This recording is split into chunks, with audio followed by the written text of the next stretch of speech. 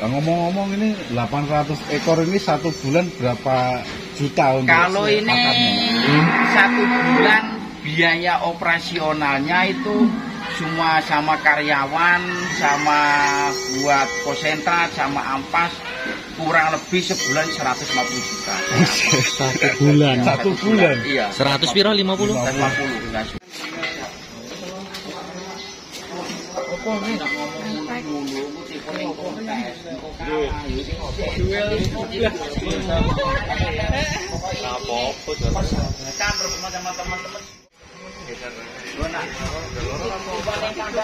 Ternyata turunin kontes, bobotnya ora kan yo ora.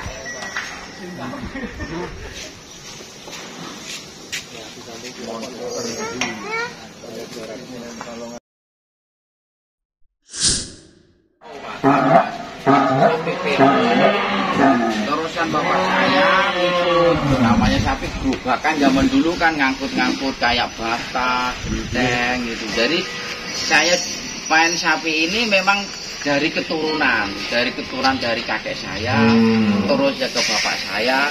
Alhamdulillah sekarang ke saya. Sedangkan saya ini 6 saudara laki juga, cuma yang ngurus sapi cuma saya. Mungkin naluri dari kakek-kakek saya atau ke bapak saya. Alhamdulillah ke saya. Jadi ya ibaratnya ini sapi memang saya hobi dari kecil. Nah, terus saya hobi dari kecil, saya di rumah juga rawat sapi juga, ya suka nyari rumput juga zaman masa kecilnya. Dan bapak saya waktu itu juga dagang sapi. Jadi dari pasar ke sini, dari Cilewak ke pasar sini. Jadi saya masih ngikut, karena kan saya seneng sapi. Akhirnya sering ngikut, habis nganter sapi sampai pasar, saya pulang sekolah. Terus lama-lama saya usaha angkutan ekspedisi di Jakarta. Saya usaha, alhamdulillah usaha saya maju, sukses. Terus hobi saya ini saya salurkan lagi. Kalau namanya kerja kan lama-lama jenuh. Terus akhirnya saya miara sapi. Dulu saya miara di Jakarta ini nggak banyak, sedikit, kapasitas 10 ekor. 10 ekor saya campur sama garasi mobil saya. Jadi kalau jenuh saya ke garasi ngeliatin mobil saya, sekalian ngontrol sapi saya. Terus akhirnya saya kayaknya ini nggak cocok ini kok, kemudian tempatnya nggak sesuai. Saya terus sewa di kandang Dharmajaya di Cakung. Setelah di Cakung sewa 1 tahun. Kalau nyewa kok kayaknya nggak bebas. Terus saya akhirnya kebelilah tempat ini. 2015 saya beli, langsung saya bangun, pelan-pelan bangun. Terus lebaran haji saya jualan, tambah meningkat. Terus akhirnya saya gedein kandang saya. Itu ceritanya zaman saya main sapi. Jadi memang asal usulnya memang dari kakek saya turun menurun. Jadi kalau saya manis saya ini bukan sekedar saya untuk usaha, ya sekedar saya seneng. Hobi yang menghasilkan. Ya, gitulah ceritanya. Terus awal-awal sampai melihara sapi di Jakarta ini berapa ekor, Pak? Saya awal-awal merawat sapi pertama 10 ekor. Terus saya ngerawat lagi di kandang Cakung itu sekitar 100 ekor. Terus saya pindah kandang di sini, sekali ngerawat dulu saya 200. Karena lahannya terbatas, saya terus akhirnya beli lagi sampai ke belakang ini sampai kapasitas bisa 1000 ekor. Gitu. Terus untuk sekarang jumlah sapinya berapa ekor? Kalau sekarang keseluruhan semuanya 800 sekarang. 800 iya, ekor. untuk sekarang ini 800. Cuman yang untuk yang kapasitas yang biasanya kita Idul Adha, yang kandang dadakan khusus itu belum terisi, sekarang masih kosong. Berarti dulu juga Pak Haji juga main potong daging juga? Saya kalau main potong, saya kalau Idul Fitri. Saat ini Idul Fitri, saya seleksi sapi-sapi saya yang mana enggak bisa ikut buat kurban lah. Jadi sapinya kurang bagus, joglokannya kurang bagus, biasanya saya sortir, saya buat potong Idul Fitri, hanya cuman setahun sekali untuk main potongan. Nah, ngomong-ngomong ini 800 ekor ini satu bulan berapa juta untuk Kalau ini pakannya? satu bulan biaya operasionalnya itu semua sama karyawan, sama buat konsentrat, sama ampas kurang lebih sebulan 150 juta.